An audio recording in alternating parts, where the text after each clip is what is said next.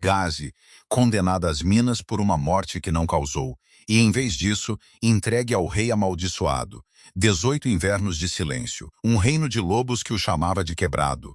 Um sumo sacerdote em um púlpito de mármore, sussurrando que ele era marcado pela própria deusa da lua. Uma curandeira humana, um vínculo forçado, uma vela à noite que desfez uma mentira de 18 anos. Ela encontrou algo vivo dentro de sua orelha, segmentado, vivo, runas prateadas gravadas em sua espinha. Ele não falava há 18 anos. Suas primeiras palavras foram para ela.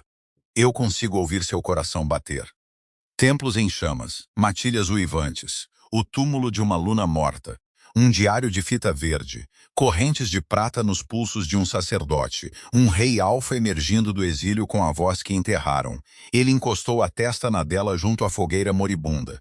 Quando ele vier por nós, eu abro a porta. A luz da lamparina tremulou dentro da fortaleza de Ravenspire e as pinças prateadas de Alora Vane saíram da orelha do rei Alfa, escorrendo de sangue escuro. Algo se contorceu na ponta. Algo com patas segmentadas e uma carapaça que refletia o brilho da vela como obsidiana molhada. 18 anos. Era quanto tempo aquela coisa tinha vivido dentro do crânio de Kael Draven. 18 anos de silêncio. 18 um reino sussurrando a palavra amaldiçoado pelas suas costas. E agora estava se contorcendo em um pote de vinho prateado ao seu lado, e o homem na mesa abria a boca pela primeira vez desde os 19 anos de idade. Dizem que o diabo se esconde em lugares pequenos. Alora nunca acreditou nisso. Não até esta noite. Sua garganta rachou com o primeiro som, um chiado. Depois uma forma, depois 3 palavras que remodelaram um reino. Eu consigo ouvir. Sua própria voz o assustou. Seu rosto mudou, relaxou, depois quebrou, depois se recompôs. Ele tentou novamente, mais baixo, como se tivesse medo de que o som o deixasse. Eu consigo te ouvir. Ela não conseguia responder a ele porque sua própria garganta estava apertada. E porque uma curandeira ao lado da cama não falava primeiro, quando seu paciente acabara de descobrir sua própria voz. Ela apenas pressionou um linho limpo contra a borda de sua orelha e observou um homem que esteve enterrado vivo dentro de sua própria cabeça por 18 invernos voltar para o quarto. Sua mão se ergueu lentamente. Dedos encontraram o lugar atrás da orelha onde a pequena coisa escura havia vivido. Ele pressionou uma vez gentilmente. Então ele olhou para ela. Olhou de verdade. Pela primeira vez pareceu desde que um tribunal há 3 semanas os uniu com uma assinatura. Seu batimento cardíaco. Sua voz era cascalho e fumaça. Eu consigo ouvir seu batimento cardíaco. Ela quase riu. Segurou na garganta. Porque a verdade era muito simples e muito nada romântica. É porque você está tocando meu pulso. Ele olhou para baixo. Seus dedos haviam fechado em torno de seu pulso, sem que nenhum dos dois notasse. Ele não soltou e ela não o fez soltar, porque entendeu algo naquele momento que levaria o resto da noite para ser dito em voz alta. Que qualquer coisa que colocara aquela coisa em sua cabeça 18 anos atrás, ainda estava solta no reino abaixo. Que o besouro no pote não era o fim da história. Era o recibo. O que significava que a história real estava apenas começando e começaria. Ela já sabia, com o nome de um homem que ela ainda não ousara dizer em voz alta em sua própria cabeça. Um nome em vestes cinzas. Um nome em um púlpito de mármore. Um nome que passou 18 anos dizendo a um reino que aquele bom homem merecia seu silêncio. Aquele nome ouviria seu próprio peso antes do inverno acabar. Ela garantiria isso. 3 semanas antes, Reino da Presa de Ferro, o Alto Tribunal dos Anciãos. O grande salão cheirava a acônito velho e a rancores mais velhos. Alora sentou-se no banco dos peticionários, mãos cruzadas, coluna reta. Ela aprendeu há muito tempo a nunca se encolher diante de lobos. Encolher-se dizia a eles que você era presa. E Alora Vane nunca foi presa. Ela era uma curandeira. Uma curandeira humana em um reino de metamorfos, o que era quase o mesmo que não ser nada. Exceto que ela havia trazido 57 filhotes e 31 crianças em 6 anos. E todos eles ainda respiravam. Todos, até Lady Seraphine Blackwood. O ancião Ragnar Stormhold olhou para ela do alto assento.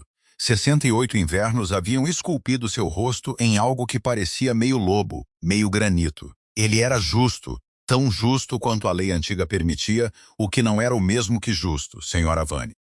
Este conselho ouviu a petição apresentada por Lord Thorn Blackwood em relação à morte de sua companheira na terceira noite da lua da colheita. A petição alega negligência. Ela manteve o rosto imóvel. Ela havia atendido o parto de Serafine. Ela havia visto uma jovem Luna sangrar até a morte em suas próprias peles, enquanto seu companheiro andava pelo corredor bêbado de vinho de ameixa e raiva. Ela havia feito tudo o que sua mãe a ensinou. Tudo o que os pergaminhos da velha parteira lhe ensinaram.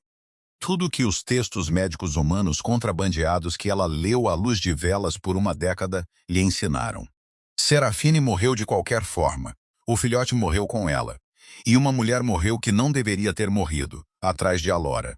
No fundo do salão, o sumo sacerdote Malaki Thorne se moveu em suas vestes, 55 anos, prata nas têmporas. Uma voz suave como pedra de rio. Ela podia senti-lo observando a nuca. Ele era quem plantara o Ele era quem havia se inclinado no ouvido de Lord Thorne no funeral e murmurado que uma mão humana não tinha direito sobre carne de metamorfo. Que a própria deusa da lua desviara o rosto do nascimento. Ele dissera isso amavelmente. Ele dissera isso com tristeza na voz. É assim que ele diz tudo. No entanto, o ancião Ragnar continuou. Este conselho está ciente de certas irregularidades. Dada a complexidade desta matéria e a ausência de prova definitiva de negligência, este conselho está preparado para oferecer uma alternativa à prisão em Silverhold. Seu coração martelou. Silverhold. As minas sob as Montanhas Negras, onde mulheres difíceis eram enviadas para quebrar rocha até se quebrarem. Onde os humanos duravam, em média, 11 luas. Ela havia tratado 2 fugitivos ao longo dos anos, em segredo, em sua porta dos fundos. Ela sabia o que saía daquele lugar e o que não saía. Você tem 3 amanheceres para entrar em um casamento de vínculo. Se o fizer, e se seu companheiro aceitar o mandado de tutela, este conselho dispensará a petição e encerrará este assunto. Casamento com quem? Ela tinha 28 invernos, viúva de um comerciante humano há 2 anos, que se casou com ela por um pedaço de terra de pomar, e nunca uma vez a olhou com algo que se pudesse chamar de calor. Ele morreu de febre pulmonar sem nunca perguntar sobre um livro que ela estava lendo. Em Iron Fang, uma curandeira humana viúva era menos que nada. Ela era um boato com forma. O conselho já identificou um alfa adequado. Um murmúrio se moveu pelo salão como vento através de trigo. Ela virou a cabeça. Calidraven estava perto do fundo, alto, desgastado de uma forma que não tinha nada a ver com a idade. Ele usava o couro preto e peles escuras das matilhas do norte. Seu cabelo estava curto nas laterais, mais longo no topo, com mechas grisalhas precoces, embora ele não pudesse ter mais de 37 anos. Sua mandíbula era limpa, suas mãos pendiam soltas ao lado do corpo. Seus olhos se encontraram com os dela por um batimento cardíaco e passaram adiante. Calidraven, o rei amaldiçoado. Todos no reino conheciam o nome, o Alfa da fortaleza de Ravenspire, que não falava há 18 anos. Cuja primeira Luna, Alera, morreu gritando em uma cama de parto 3 invernos atrás. Quem o sumo sacerdote Malati denunciou do púlpito de mármore como um homem marcado pela própria deusa da lua, cuja mera presença em Silverhold, a capital, havia sido considerada uma violação de solo sagrado. E este era o companheiro que o conselho escolhera para ela. Ela olhou de Cali para o ancião, para o sacerdote de têmporas prateadas e lisas no fundo da sala. Ela viu a forma de tudo de uma vez. Um rei amaldiçoado que não conseguia se defender. Uma mulher humana que não conseguia se defender. Um tribunal que podia resolver ambos os problemas em uma tarde. Você já viu um bom homem ser culpado a vida toda por algo que nunca foi culpa dele? Porque é isso que ela estava olhando. O que significava que qualquer que fosse a resposta que ela desse na próxima respiração, não era apenas para ela, era para ele também. Quer ele soubesse ou não, ela encontrou o olhar do ancião. Sua voz não vacilou. Eu aceito. O vínculo ocorreu naquela tarde no mesmo salão, sem guirlandas, sem testemunhas de matilha, sem pretexto de que isso era algo além de uma assinatura em pergaminho. Malakai Vaughn estava deliberadamente ausente. O ancião Ragnar realizou o rito em si. Sua voz passou rapidamente pelos velhos votos, como se nem ele aguentasse o gosto deles. Kali Draven disse nada. Ele inclinou a cabeça nos momentos corretos. Quando Ragnar chegou às palavras que uniam seus cheiros sob a deusa da lua, Kali pressionou o pulso contra o dela. Sua pele estava quente, seu pulso constante. Era o pulso de um homem que aprendeu a ser calmo porque a alternativa era loucura. Vocês podem selar o vínculo. Kali hesitou. Por um longo momento, ela pensou que ele se recusaria. Então ele se inclinou. Sua boca roçou o canto de sua mandíbula. Rápido, seco, frio como o ar do inverno lá fora. O beijo de um homem honrando um contrato. Nada mais. Eles saíram do salão pela passagem de serviço. Lord Thorn Blackwood esperava nos amplos degraus de pedra 40 invernos, rosto avermelhado pela bebida. Sua tatuagem de matilha, um javali preto na garganta, se movia enquanto ele engolia. Ele entrou em seu caminho e seu hálito era vinho e algo mais amargo que vinho. Isso não acabou, humana. Você matou minha companheira. Você responderá por isso. Rei amaldiçoado ou não rei amaldiçoado? Kali Draven não falou. Ele simplesmente se colocou entre eles. Ele não tocou Thorn. Ele não sacou a lâmina curta em seu cinto. Ele apenas ficou lá e deixou Thorn olhá-lo. A largura de seus ombros. A calma que emanava dele como o frio de um lago. Thorn deu um passo para trás. Ele murmurou algo feio e se virou. Alora nunca viu um homem silenciado pelo silêncio antes. Ela seguiu seu novo companheiro até a carroça. A estrada para Ravenspire levava 4 horas através dos pinheiros. A neve já começava a se acumular nos galhos, embora a lua da colheita mal tivesse passado. Ela observou o reino em que viveu por 6 anos desaparecer atrás deles. Ela observou o mundo ficar mais estreito, mais frio, mais selvagem. Ela o estudou quando pensou que ele não estava olhando.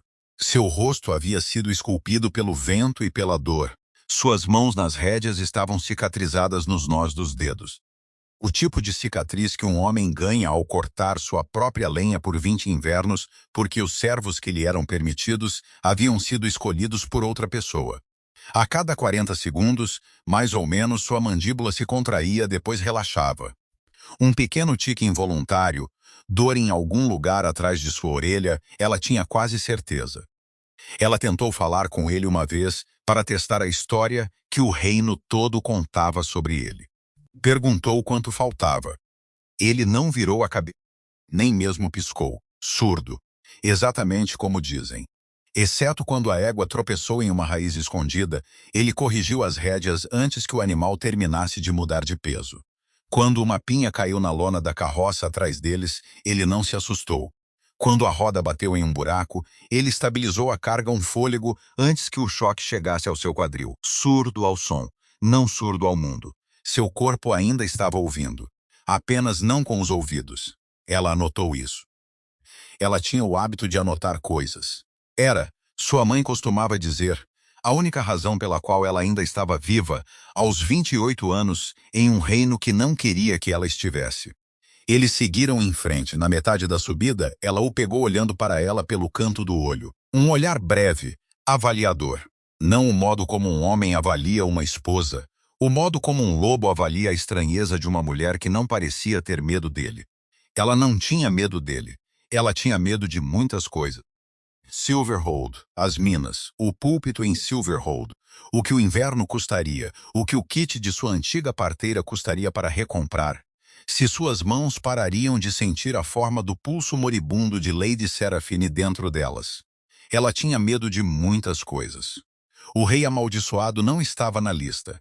Ela entenderia meses depois que esta tinha sido a primeira coisa útil que ela havia feito por ele. Simplesmente sentar em uma carroça ao lado dele e não ter medo. Ele deve ter sentido, porque a 1 quilômetro antes da fortaleza aparecer, seus ombros relaxaram. Não muito. Suficiente. Um homem que cavalgou com o medo ao seu lado por 18 invernos notou na última hora de um longo dia que desta vez não estava lá. A fortaleza de Ravenspire apareceu enquanto o sol se punha atrás das Montanhas Negras, maior do que ela esperava, pedra e madeira escura, vidro nas janelas, o que significava moeda ou artesanato ou ambos, um pátio, um estábulo, um anel de treino desgastado pelo uso e silêncio de décadas. O silêncio mais completo em que ela já esteve. Sem fumaça de vizinho, sem estrada de vizinho, apenas Ravenspire e os pinheiros e a última luz do dia sangrando na crista. Kael ajudou a descer da carroça. Seu aperto era áspero e impessoal. Ele a levou para dentro sem cerimônia. O grande salão estava limpo, quase monástico, uma lareira já preparada, uma longa mesa com 2 cadeiras, uma bacia, 2 portas em paredes opostas, ambas fechadas. Em uma prateleira acima da lareira estavam 3 livros. Ela reconheceu as lombadas à distância, um texto de anatomia humana, um tratado sobre febres herbais, um pequeno volume sobre a garganta do lobo e suas doenças, um rei alfa amaldiçoado que não podia falar, que mantinha livros médicos, que havia se vinculado a uma estranha para salvá-la de uma mina.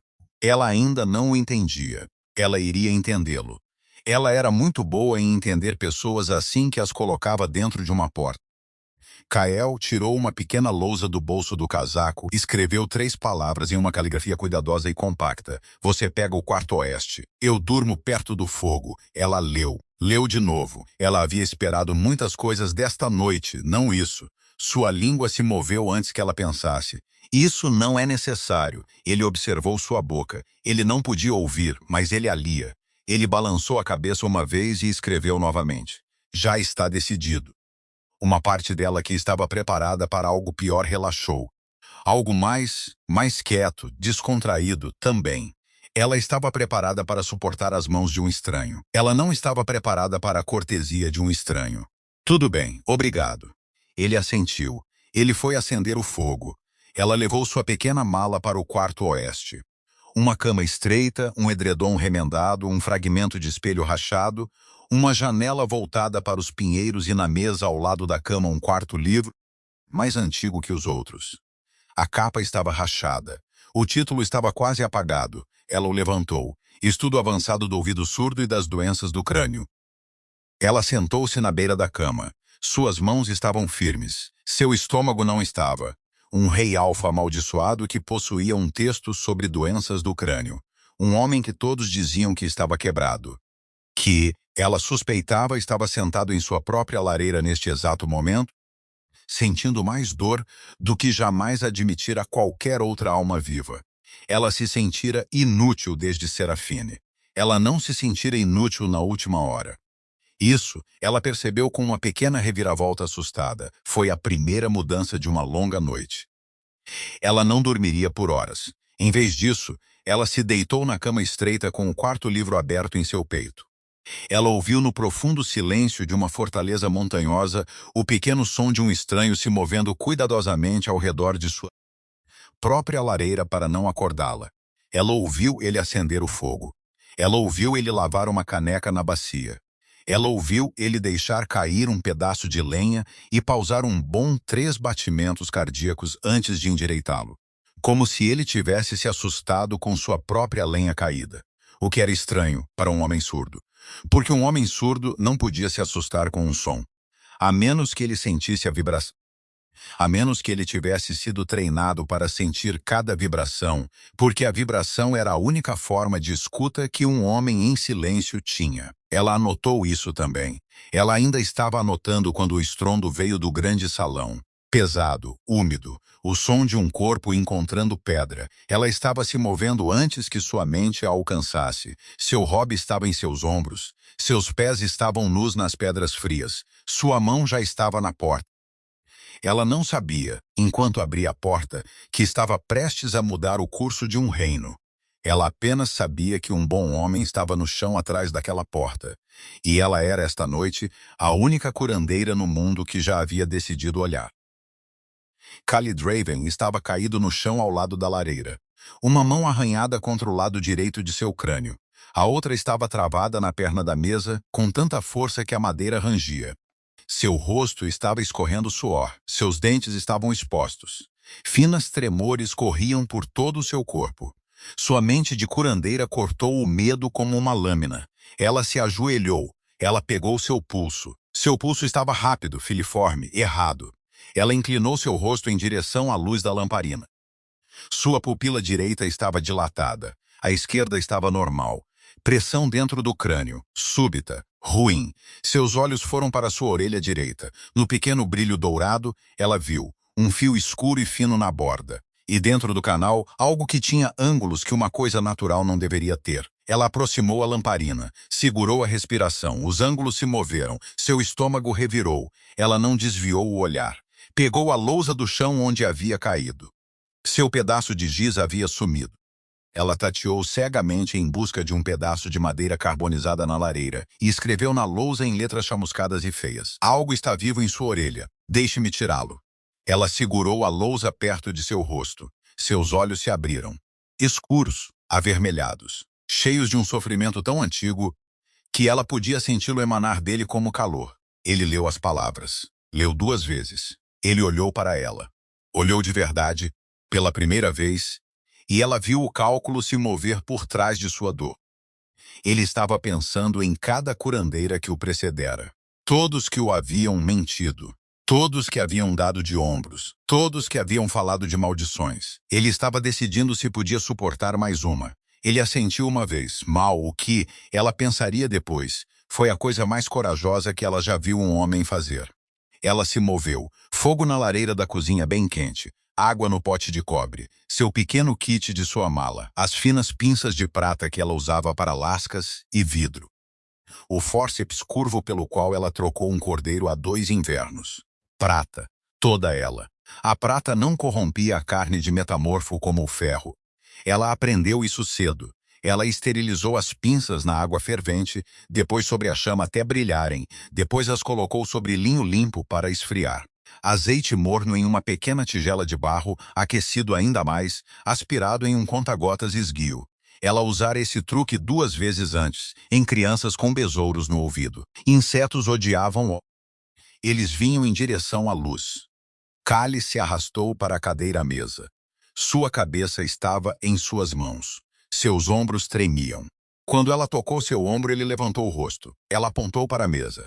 Mimetizou deitar com a cabeça virada. Ele entendeu. Ele se esticou de lado, o ouvido direito para cima, a bochecha contra a madeira. Ele fechou os olhos. Ela posicionou a lamparina. Ela falou, embora soubesse que ele não podia ouvi-la. As palavras eram para si mesma. Isso vai doer. Sinto muito. Estou aqui. Ela deixou cair o óleo morno em seu canal. 1 gota, 2, 3. Ele se acumulou. Ficou escuro, depois mais escuro, enquanto algo dentro da escuridão se afastava do calor, depois em direção a ele. Eles esperaram. 5 minutos. Ela os contou pela respiração dele. Suas mãos estavam cerradas na mesa. Os nós dos dedos haviam ficado da cor de osso velho. Ela não o mandou relaxar o aperto. Ela entendia que seu aperto na mesa era a única razão pela qual seu crânio não estava se movendo.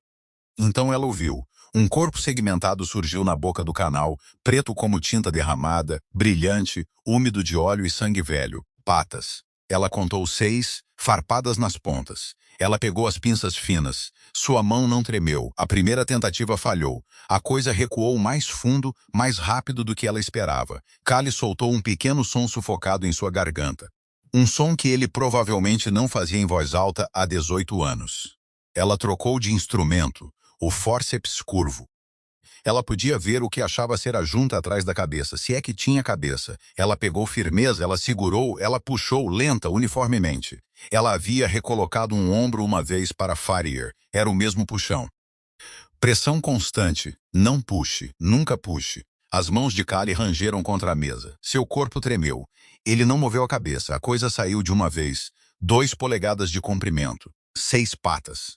Algo que era quase um besouro e quase não era. Segmentado. Vivo. Suas patas arranhavam o ar enquanto ela o erguia à luz. Era tão preto que parecia beber a chama.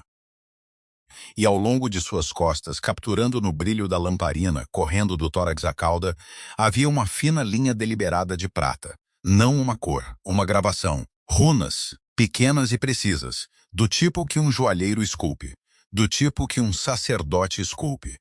Ela o deixou cair no pote de vinho prateado que havia preparado. Ele bateu no vidro 2 vezes. Ele parou. Suas patas permaneceram encolhidas para dentro como se tivesse morrido segurando algo. O silêncio na sala era tão completo que ela podia ouvir a lareira respirar. Callie sentou-se. Ele se moveu lentamente. como se estivesse reaprendendo como seu corpo deveria se manter unido. Sua mão direita se ergueu. Seus dedos encontraram sua orelha. Tocou a borda, pressionou levemente o osso atrás dela. Sua boca se abriu. O resto ela já sabia. As 3 palavras, a voz o assustando, o pulso e o batimento cardíaco. O que ela não esperava foi o que veio a seguir. Ele olhou para o pote na mesa, para a coisa flutuando no vinho prateado. Seus olhos seguiram a fina linha prateada ao longo da espinha do besouro. Ele era, ela percebeu, ainda o suficiente filho de curandeira para saber o que estava olhando. Sua voz, quando veio novamente, era muito quieta. Aquilo foi colocado lá? Ela sentiu de propósito. Ela sentiu novamente. Ele olhou para ela, não com medo, algo mais frio que o medo. Por um homem com trabalhos de prata em seus dedos? Sim. Por um homem com acesso aos arquivos do templo? Sim. Por um homem que passou 18 anos dizendo a um reino que eu era amaldiçoado? Ela não respondeu. Ela não precisava. Ele estava fazendo a aritmética em sua própria cabeça. Ela podia ver as colunas se alinhando atrás de seus olhos. A Eliana, Serafine, o desabamento da mina, o homem santo que veio à sua cabeceira na 3ª manhã, o mandado de exílio. O púlpito. Ela o observou terminar sua soma. Ele olhou para ela. Sua voz estava firme, o que era pior do que se tivesse tremido. Eu quero o nome, mas quero que seja feito limpo, ou ele nos enterrará a ambos. Então começaremos com o que podemos provar, que é a mulher que não pude salvar, porque a história dela e a história dele são a mesma história, e o corpo dela ainda a conhece. Ele segurou o olhar dela por um longo momento. Então ele fez algo que ela não esperava. Ele estendeu a mão sobre a mesa. Ele pousou a mão sobre a dela, brevemente, quente, calejada e firme. Não romance ainda não. Algo mais velho que o romance. Aliança. Amanhã, disse ele. Amanhã, concordou ela. O amanhecer estava cinzento nas persianas quando ela finalmente dormiu. Ela não voltou para o quarto oeste. Ela se aninhou na cadeira do grande salão, perto da lareira, com um cobertor sobre os joelhos. Callie sentou-se em frente a ela com as costas contra a pedra. Ele não ia deitar. Ela entendeu. Ele estava ouvindo o fogo, o vento, os sons pequenos e distantes de uma fortaleza que esteve selada dentro de seu crânio por 18 anos. E agora estava subitamente, terrivelmente, maravilhosamente viva novamente. Ela dormiu em sobressaltos.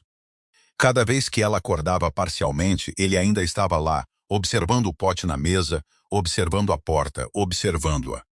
Ela acordou com o cheiro de café, café de verdade, escuro e queimado nas bordas, o tipo que os comerciantes traziam do sul uma vez por estação. Ela saiu de sua cadeira piscando. Callie Draven estava em pé junto ao fogão. Ele se virou quando ela entrou e ele ouviu seus passos.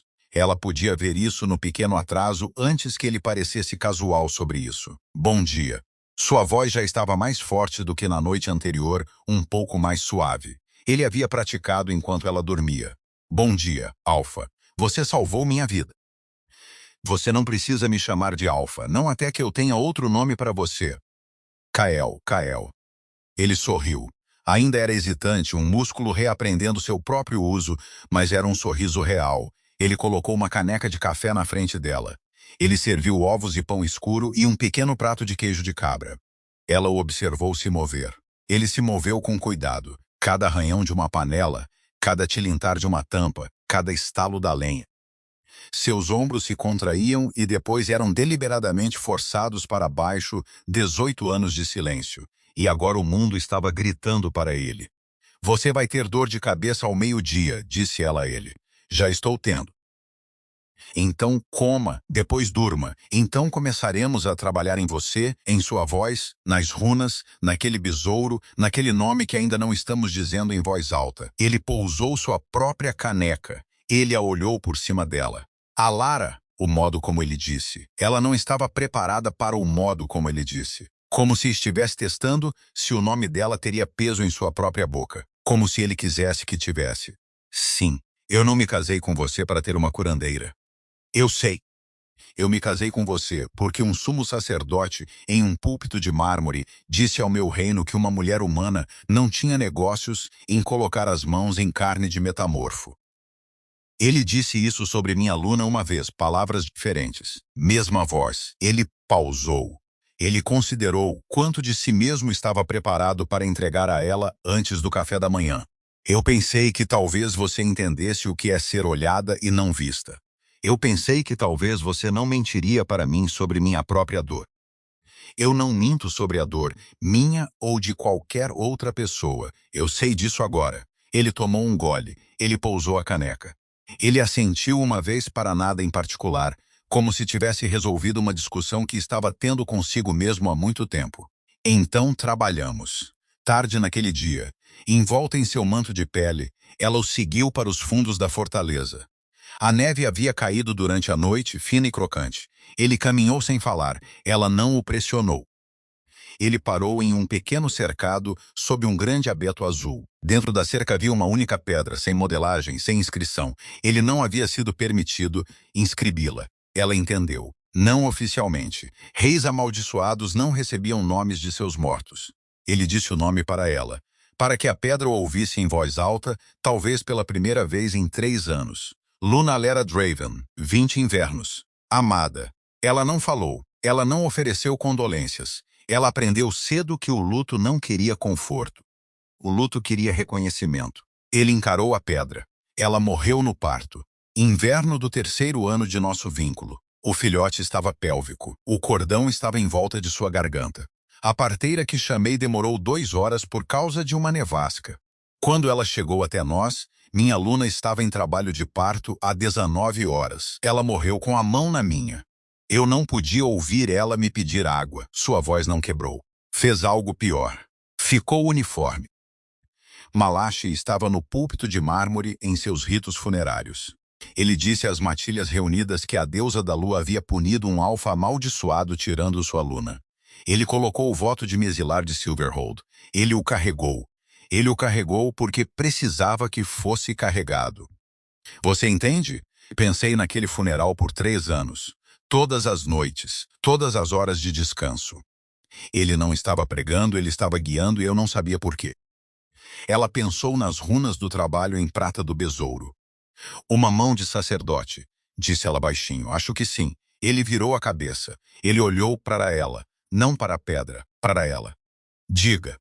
Ele queria seu exílio porque um alfa-rei quebrado em uma fortaleza distante é mais fácil de gerenciar do que um alfa-rei inteiro em um trono. Ele queria você quebrado porque um alfa-rei quebrado é mais fácil de explicar do que um assassinado. Um alfa morto requer um sucessor. Um alfa amaldiçoado requer um regente. Um regente precisa de uma voz. Uma voz precisa de um púlpito. Ele ficou muito quieto. Seu púlpito. O vento moveu-se no abeto acima deles. Um pouco de neve deslizou de um galho e fez um som suave como a virada de uma página. Elara? Sim. Você é a primeira pessoa em muito tempo que falou claramente comigo. Quero que saiba que ouvi. Ela não conseguiu responder a isso. Então ela fez a coisa que fazia de melhor. Ela estendeu a mão através da cerca e colocou a palma da mão contra a pedra fria sobre o túmulo de sua Luna morta. Ela ficou lá com ele. Ela o deixou ter o momento. Ela não tentou fazer parte dele. Ela apenas garantiu que ele não estivesse sozinho dentro dele. Eles voltaram para a fortaleza em silêncio. Lá dentro, na longa mesa, o pequeno pote à luz do meio-dia através da janela. Vinho prateado, casca negra. Gravação fina de prata ao longo de uma espinha curvada. Esperando, disse ela. Precisaremos de mais provas do que um besouro em um pote. Nós teremos. Ele virá por você quando souber que você pode falar. Deixe-o vir. Ele virá por mim primeiro. Kali Draven, alfa de Iron Fang, parou no meio da... Havia algo em seu rosto que ela não havia catalogado antes. Não era ternura, não era gratidão. Era mais antigo do que ambos e muito mais perigoso. Sua voz ainda estava rouca, mas estava firme. Ele achará isso inconveniente. 2 dias depois, Rowan Ashfell cavalgou pela crista. Tinha 35 anos, largo de peito, cabelo escuro preso na nuca, uma antiga tatuagem da matilha Ashfell enrolada em seu pulso. Ele era o capitão de armas de Kael, o que significava que ele era o único lobo em todo o reino de Iron Fang que se recusou por 18 anos a sair do lado de Kael. Os Ashfells não abandonam uma linhagem a qual juraram. Os Ashfells morrem primeiro. Elara havia ouvido falar dele. Ela nunca o conhecera. Ela ficou na varanda com os braços cruzados sobre o manto e o viu descer de seu cavalo e subir os degraus da fortaleza de 2 em 2. E ela entendeu nos primeiros 5 segundos por que Kael o manteve vivo. Lealdade emanava dele como o clima. Ele inclinou a cabeça. Formal, não caloroso, não frio. Correto, senhora Vane. Capitão Ashfell, posso ver meu alfa? Ele está no grande salão. Bom. Então ele olhou para ela, olhou de verdade. E algo se moveu por trás de seu rosto que ela não conseguia ler. Não suspeita, não bem-vinda. Avaliação. As notícias correm rápido, senhora, de Silverhold. 2 dias à minha frente se o vento estiver a favor deles. Então, seja o que for que você tenha feito aqui em cima, ela encontrou seus olhos. Ela não piscou. Vai segurar. Então eu gostaria de falar com meu alfa agora. Ela deu um passo para o lado. Kael estava em pé junto à lareira quando Horan entrou. Ele não se virou, porque ele já tinha ouvido as botas nas lajes. Porque ele tinha ouvido o cavalo 1 minuto antes. Porque ele podia ouvir. O que significava que Horan deu 2 passos para dentro da sala, parou, ficou muito quieto. Alfa. Horan. Essa única palavra, Horan Ashfell havia seguido seu alfa para um desabamento de mina aos 19 anos. Havia carregado ele para fora em suas costas. Havia visto ele acordar 2 dias depois e nunca mais dizer uma frase completa. Havia passado 18 invernos fazendo seus recados, guardando seus portões, traduzindo sua lousa para estranhos, mantendo sua garganta entre seu alfa e cada faca. E agora seu alfa estava em pé junto a uma lareira e dizia seu nome. Horan Ashfell não se ajoelhou. Os Ashfells não se ajoelhavam para alfas vivos. Ele fez algo mais caro. Ele atravessou a sala em 3 passadas e pressionou a testa contra a testa de Kael Draven. Lobo contra lobo, e nenhum dos homens respirou por uma contagem de 4. Diga de novo. Kael não respondeu. Ele olhou além de Horan para Lara na porta, e ele inclinou o queixo. Horan se virou. Ele olhou para ela de forma diferente agora. Não avaliação, algo como admiração com muito ferro dentro dela. Senhora. Ela explicou. Ela não fez isso dramático. Ela falou como uma curandeira em um leito de doente. Sintomas, achados, método, resultado. Ela ergueu o pote. Ela o virou para que as runas capturassem o fogo. Horan olhou para o besouro. Olhou para Kali. Olhou para o besouro novamente. Então ele sentou-se à mesa longa sem pedir permissão e colocou o rosto nas mãos. Porque um capitão de armas tinha direito a exatamente um momento, e ele o tomou. Quando ele levantou o rosto, estava seco e duro. Alfa, posso falar francamente, por favor? Você me manteve ao seu lado por 18 anos. Carreguei sua lousa por 3 invernos de nevasca. Matei 2 homens por me chamarem de maldição na cara. Enterrei uma luna que era minha para guardar, e não pude guardá-la de uma febre que não pude nomear. Ele respirou fundo.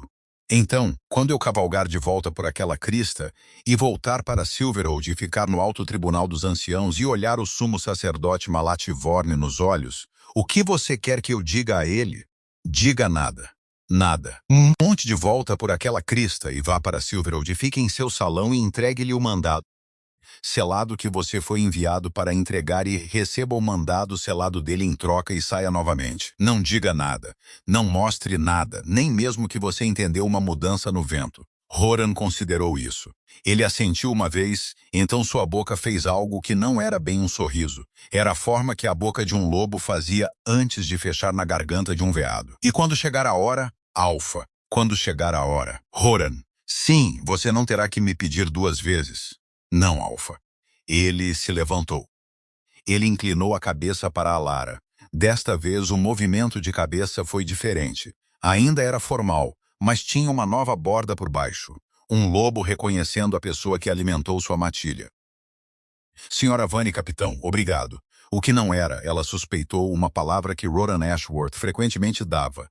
Ele se virou para a porta. Ele parou. Ele olhou para trás por cima do ombro para Kali. Sua voz ficou baixa. Ficou privada. Ficou quase humana. A Lara teria rido ao ver este dia. Ela teria. Horan saiu. A cozinha pareceu muito quieta depois que o trotar dos cavalos desapareceu pela crista. A Lara colocou o pote de volta no armário. Ela fechou a porta. Ela se virou e Callie estava observando-a e havia algo novo em seu rosto que ela ainda não havia catalogado. O quê? Você lidou com ele como você lidou comigo. Eu não sei o que você quer dizer. Você sabe. Ela sabia. Porque uma curandeira em um bom leito de doente não a acalmava. Uma curandeira em um bom leito de doente dava a um homem a verdade nos menores pedaços possíveis para que ele pudesse engoli-los um a um sem engasgar. Ela havia feito isso com Horan. Ele havia feito isso com Callie. Ela havia feito isso com todos que já havia tocado. Era o único truque real que ela tinha.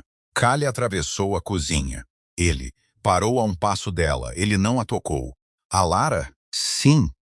Quando isso acabar, quando o sacerdote terminar, quando você estiver livre do tribunal e eu estiver livre do púlpito. Ele parecia estar escolhendo cada palavra de uma prateleira. Cuidadosamente, apavorado de escolher errado em uma garganta que acabara de aprender a escolher. Eu gostaria de te fazer uma pergunta. Apenas quando acabar, apenas quando acabar. Então você tem algo pelo que lutar, Alpha. Eu tinha isso antes de você dizer.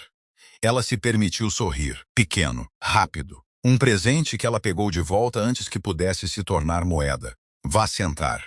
Quer olhar sua orelha novamente. Ele sentou. Ela olhou sua orelha. Ela não pensou na pergunta. Ela pensou muito nela. O golpe caiu 3 manhãs depois. Um jovem cavaleiro subiu pela crista sob uma bandeira rasgada. No máximo 20 anos. Túnica cinza claro de um acólito de Silverhold. Seu cavalo estava espumando no pescoço. Ele não desmontou. Ele entregou um pergaminho selado para a Lara com uma mão que tremia e não encontrou seu olhar.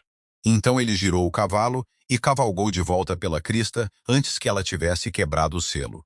O que lhe disse tudo o que ela precisava saber sobre a mensagem antes de abri-la. Callie saiu para a varanda atrás dela. Ele leu o pergaminho por cima do ombro dela. Sua respiração era constante em seu cabelo. Sua mandíbula não estava. O selo era de Malakai Vaughn. As palavras eram do templo. A mensagem era curta. Por ordem do sumo sacerdote de Iron Fang, no caso da morte de Lady Seraphine Blackwood, a curandeira Alora Vane é convocada ao púlpito de mármore em Silverhold no próximo dia de descanso para oferecer público diante das matilhas reunidas. Caso ela falhe em comparecer, o sumo sacerdote peticionará os anciãos para anular seu vínculo sob alegação de fraude e devolvê-la às minas de Silverhold pelo resto de sua vida natural. Ela leu 2 vezes. Ela não leu uma terceira vez.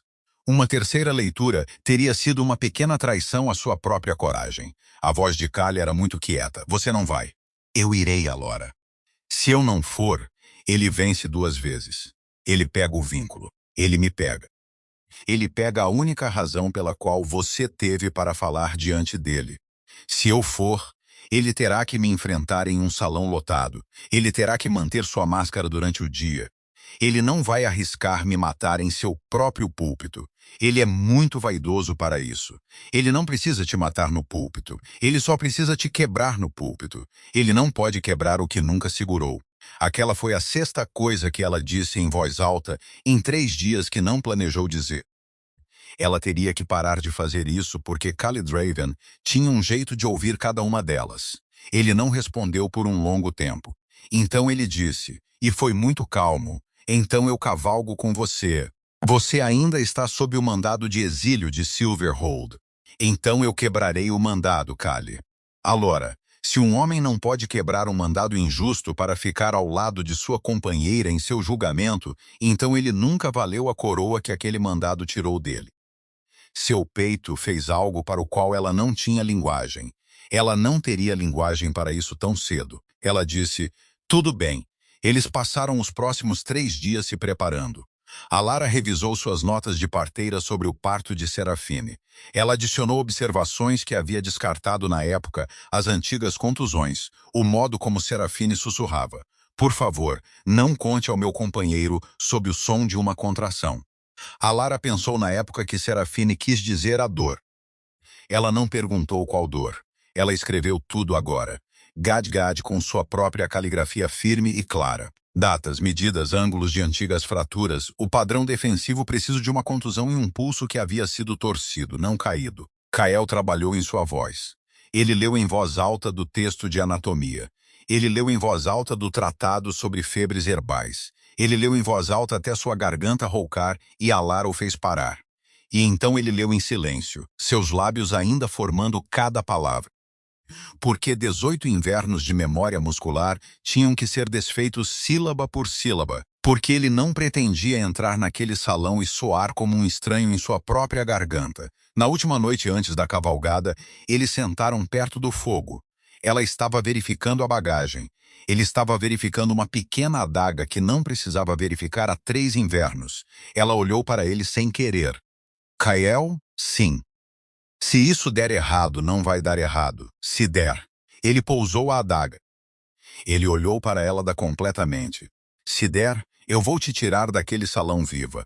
Vou te levar para o norte, para a academia. Mestre curandeiro Silwyn já concordou. Horan tem a rota. Há uma casa de cura no país distante que a acolherá, sem perguntas. Você será uma estranha com um novo nome e uma vida plena pela frente. Você entende? Você planejou isso. Eu planejei isso na manhã depois do besouro. Sua garganta fechou por um segundo. E você? Eu fico. Eu termino isso. Isso não é um plano. Isso é um funeral. Então será meu funeral. E eu devo 1 a 2 mulheres nesta fortaleza há muito tempo. Gostaria de passá-lo bem. Ela não respondeu. Ela não podia. Ela apenas estendeu a mão sobre a pequena mesa e pousou a dela sobre a dele. E nenhum deles falou por um longo tempo. E o fogo fez o único som na sala. Finalmente, ela disse muito baixinho, não chegará a isso. Não, porque eu não pretendo ser levada embora. Pretendo sair andando. Sua boca se curvou. Pequeno, real. Então sairemos andando nós dois. Lá fora, o vento subiu das montanhas negras. Em algum lugar na crista, a 3 dias de cavalgada ao sul, um sacerdote com prata nas têmporas estava lendo um relatório do tribunal e sorrindo para si mesmo. Ele acreditava que acabara de encurralar uma gorda curandeira humana e um rei quebrado no último erro que qualquer um deles jamais cometeria. Ele ainda não sabia que a fortaleza tinha um plano completo. Ele ainda não sabia que a fortaleza tinha um capitão. Ele ainda não sabia que a fortaleza tinha uma voz. Ele aprenderia todas as 3 ao pôr do sol no dia de descanso. Eles desceram dos pinheiros juntos ao primeiro sinal de luz. Ela usava a mesma lã simples que havia usado para o tribunal 3 semanas antes. Não porque não tivesse mais nada, mas porque queria que o salão visse a mesma mulher que já havia tentado e falhado em enterrar. Kali vestia preto. Ele usava a gola da linhagem Draven, trabalhos em prata costurados em couro em sua garganta. Ele não a usava há 18 anos. Ela parecia algo que estava esperando por ele. A estrada para Silverhold cortava o país dos lobos de Iron Fang, passando por pastagens de ovelhas e antigas pedras de marco, e a fumaça das casas de matilha fechadas para o inverno. Cada porta de casa de matilha que eles passavam abria uma fresta para observá-los passar. A notícia havia chegado à frente. A notícia sempre chegava. Quando cruzaram a última crista e viram a pedra pálida de Silverhold erguendo-se do vale, a estrada atrás deles estava densa de lobos. Não inimigos, ainda não. Curiosos, o que era pior? Porque a curiosidade poderia ser transformada em qualquer forma que um bom orador quisesse, e Malakai Vorn sempre foi um bom orador. Eles desmontaram no portão. Horan Ashfell estava lá. Ele não os cumprimentou. Ele caiu atrás de Kali como se nunca tivesse saído. Mais 2 lobos Ashfell caíram atrás dele, então mais 4. Quando cruzaram o pátio, Kali Draven caminhava à frente de uma pequena coluna silenciosa de couro e lâmina. Alara caminhava ao seu lado, e a multidão nos degraus do templo se abriu para ele sem uma palavra, o que não era algo que acontecia a um rei amaldiçoado em 18 anos. Ela sentiu Kali registrar isso ao seu lado. Seu passo não mudou. Sua respiração não mudou, mas o canto de sua boca sim. Apenas um pouco. O modo como a boca de um homem se move quando ele se lembra, depois de muito tempo, como é andar em direção a uma porta em vez de fugir dela. Dentro do templo, o ar estava frio e doce de cera de abelha. O teto abobadado devolvia o silêncio em suas cabeças. Malakai Vorn já estava no púlpito de mármore, alto, prata nas têmporas, cinza escuro do templo com uma estola branca lua nos ombros. Seu rosto estava arranjado para a dor. O que ela pensou? era a segunda expressão mais útil em seu repertório. A mais útil era aquela que ele usou quando viu Kali Draven entrar atrás dela. Porque por um batimento cardíaco, meio batimento cardíaco, o rosto de Malakai Vorn ficou em branco. Não chocado, não assustado, em branco. A forma como o rosto de um jogador de cartas fica em branco quando a carta errada cai, e ele ainda não decidiu que história suas mãos contariam para cobri-la.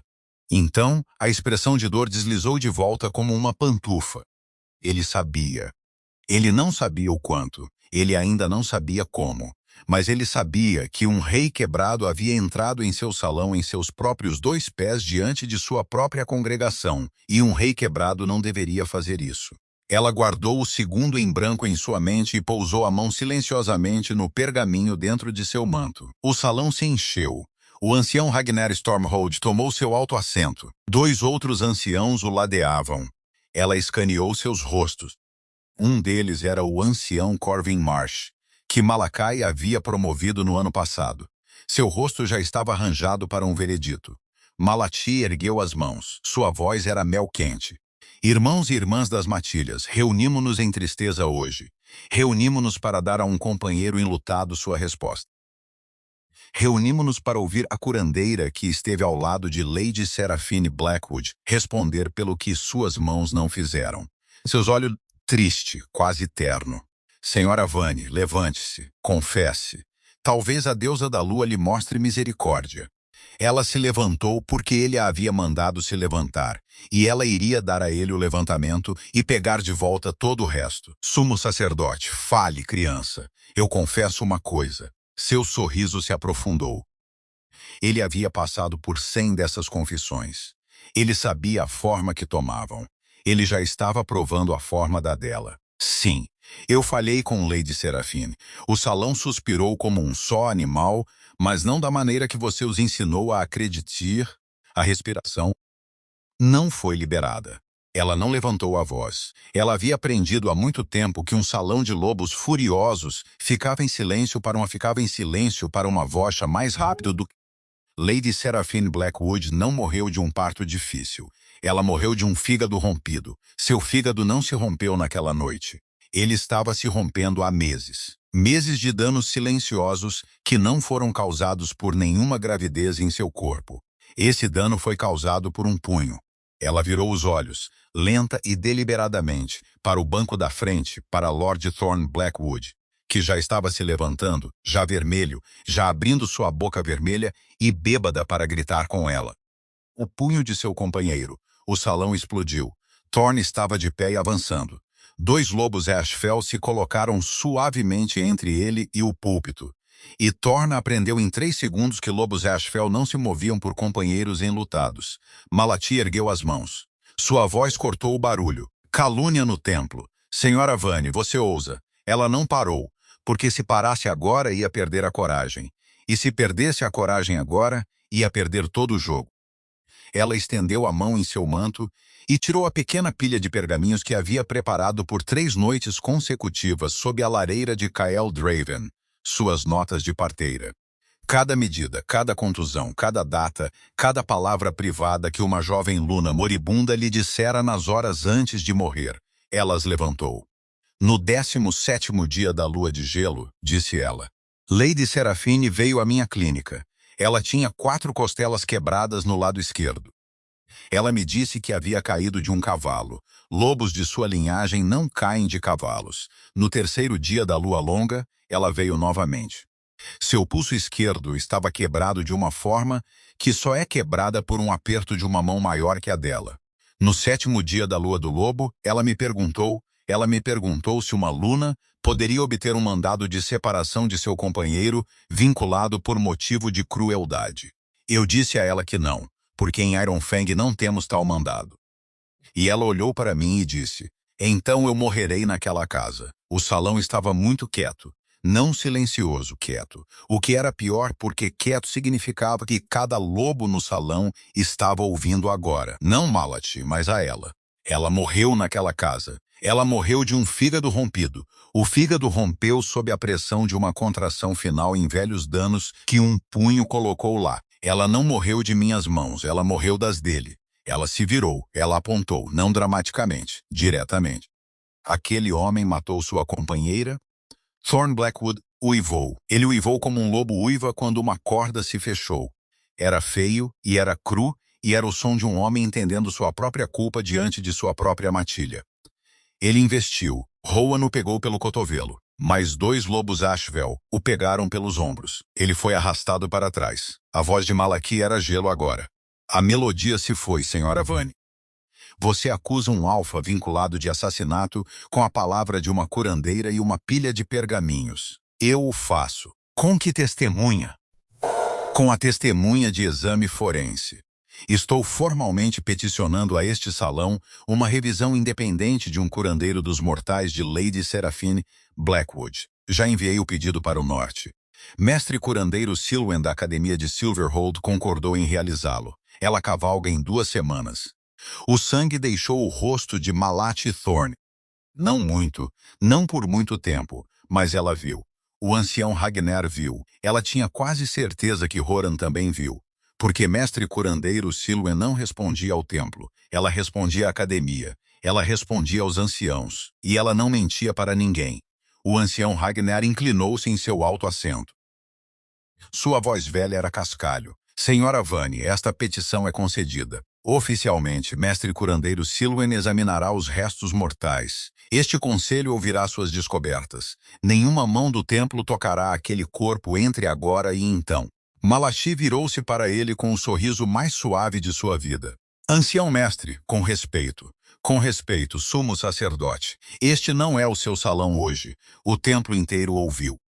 O templo inteiro ouviu o exato momento em que o ancião Ragnar Stormhold, aos 68 invernos, diante de uma congregação completa, colocou um pé no púlpito de mármore e disse em voz alta que o templo não dirigia aquela sala. Ela não olhou para Kali. Ela não precisou. Ela podia senti-lo atrás dela. Em pé muito quieto, em pé muito alto, em pé em um salão do qual ele havia sido formalmente exilado por 3 anos, em pé, enquanto ninguém em toda a sala encontrava coragem para nomear o mandado que deveria tê-lo mantido fora. Malati Thorne encontrou seu sorriso novamente. Ele inclinou a cabeça. Ele deu à sala uma reverência que era inteiramente feita de malícia sob seda, como o ancião deseja. O ancião Ragnar olhou além dele. Ele olhou diretamente para Kali Draven. Sua voz estava uniforme. Alpha Rei Draven, bem-vindo à casa. O salão respirou. Respirou com força. Respirou como um animal que acabara de ser informado que uma cerca havia caído. Kali inclinou a cabeça 1 centímetro inteiro. Ancião Stormhold, Alpha Rei. O que foi a 4ª coisa que aconteceu no salão naquele dia que não deveria ter acontecido? Porque um rei amaldiçoado não deveria responder com uma voz completa em um chão de mármore. E cada lobo naquele salão sabia disso. O sorriso de Malakai Vaughn não se moveu. Seus olhos se moveram uma vez, para Alora, para Kali, para o pequeno pacote escondido nas costelas de Alora. Ele, naquele meio segundo, fez a conta. Ele sabia. Ele sabia que alguém havia aberto a cabeça de Kali Draven. Ele sabia que alguém havia olhado para dentro. Ele ainda não sabia o que ela havia encontrado, mas sabia, da maneira que um homem que plantou uma bomba conhece o cheiro do pavio, que sua bomba saiu da parede. Ele inclinou a cabeça para o ancião. Ele se virou. Ele saiu do púlpito com a graça de um homem que acaba de decidir incendiar a casa antes que os bombeiros cheguem. Alora sentiu a mão de Kali em sua cintura. Não possessiva. Firme, como se ele estivesse esperando para firmá-la desde que ela se levantou do banco e só agora tivesse recebido permissão. Eles saíram do templo juntos. A estrada de volta estava cheia de matilhas. Eles encaravam, eles sussurravam, eles não atacavam. Ainda não. Porque a notícia havia corrido em 3 direções no salão hoje e nenhum lobo em Iron Fang tinha certeza de qual das 3 direções era a aposta vencedora, o que estava bem. Porque a Lora Vane só precisava deles incertos. Ela não precisava deles do seu lado. Ainda, na metade do caminho de volta pela crista, Kali freou seu cavalo. Ele não falou por um longo momento. Ele olhou para o vale abaixo deles. A pedra pálida de Silverhold sentava-se nele como um osso em uma ferida. Alora, sim. Você sabe o que me deu hoje? Conte-me. Você me deu a primeira frase da minha vida que eu disse em voz alta naquele salão, e ninguém naquele salão pôde fingir não ouvir. Sua garganta fechou. Ela não o deixou ver.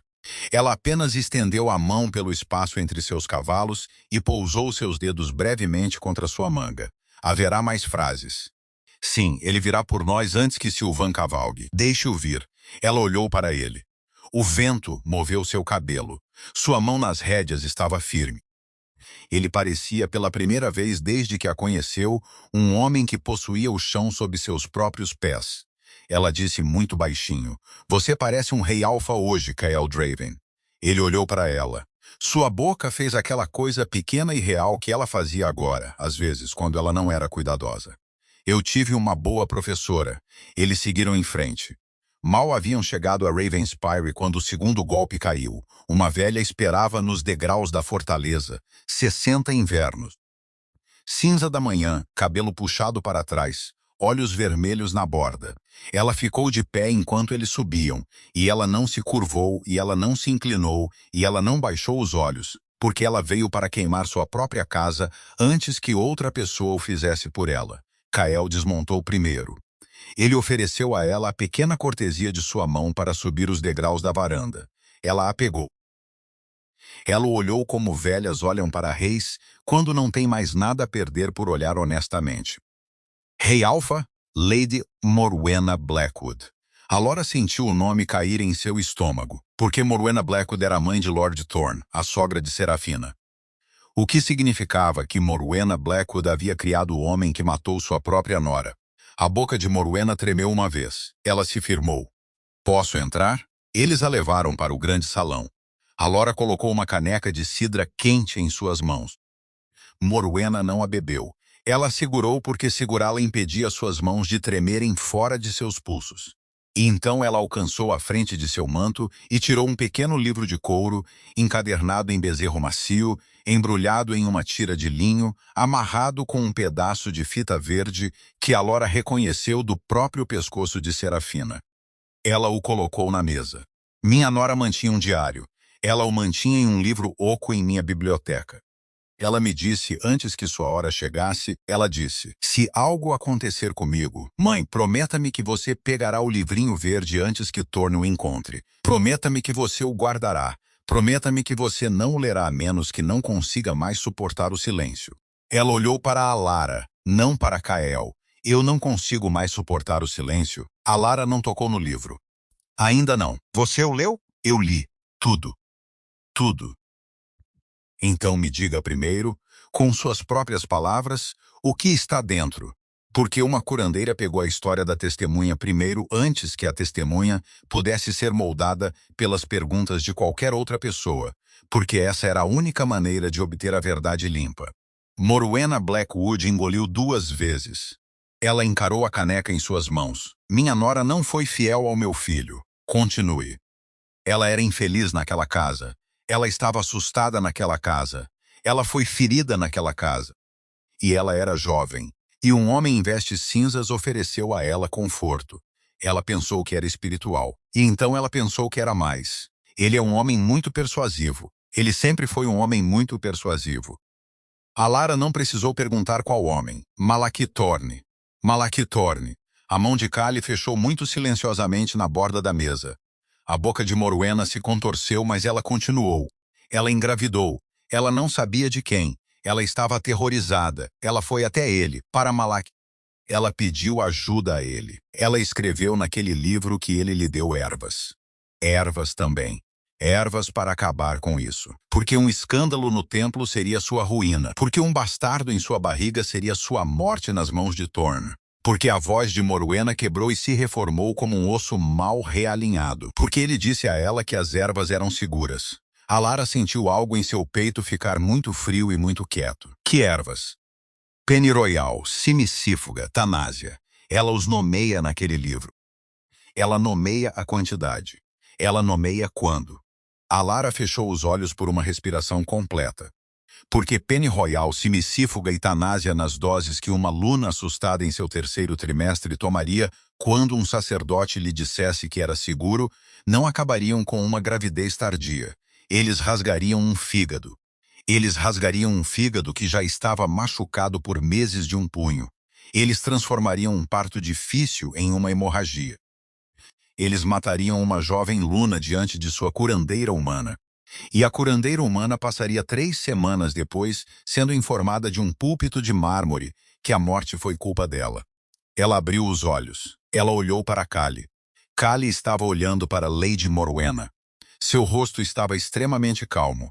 Sua mão na borda da mesa estava branca até o nó do dedo. Sua voz, quando veio, era quieta o suficiente para ser quase gentil. Lady Morwena Alfa-Rei, você sabe o que aconteceu com minha Luna Eliana? Morwena não respondeu de imediato. Ela olhou para a caneca. Ela olhou para o livro na mesa. Ela olhou por último para ele. Velha mulher para rei, mãe para pai, viúva para viúvo, eu me perguntei. Eu também me perguntei, 3 anos atrás, quando ela ficou doente em seu último mês, quando a parteira não pôde alcançá-la por causa da tempestade, quando a febre veio. A voz de Morwena era fina e muito cuidadosa. Malati Thorne subiu esta montanha, Alfa-Rei, sem ser convidado. Ele disse que veio para rezar. Meu filho o acompanhou. Lembro-me de pensar na época. Que cortesia estranha de um sumo sacerdote para um rei amaldiçoado em exílio. Kali não piscou. Ele entrou no quarto de minha Luna. Ele o fez. Ele colocou a mão em sua testa. Ele o fez. E ela piorou pela manhã. Ela piorou. A sala estava tão quieta que a Lora podia ouvir o fogo puxar a chaminé. Ela ouviu a si mesma falar porque alguém tinha que dizer isso em voz alta. E se Kali Draven dissesse isso sozinho, ele ia quebrar de uma forma que ela não conseguiria reparar. Ele tirou 2 lunas de você, Kali. Ele tirou a companheira de outro alfa. Ele manteve uma coisa amaldiçoada pela lua dentro de seu crânio por 18 anos para garantir que você nunca pudesse sentar em um trono bem o suficiente para respondê-lo. Ele não construiu uma mentira sobre você. Ele construiu uma carreira em você. Ele construiu um templo em você. Tudo o que ele é porque você ficou quieta. Kali não se moveu. Ele olhou para o pequeno diário verde. Ele olhou para o pote na prateleira onde o besouro flutuava. Ele olhou para o fogo. Ele finalmente olhou para ela, a Lara.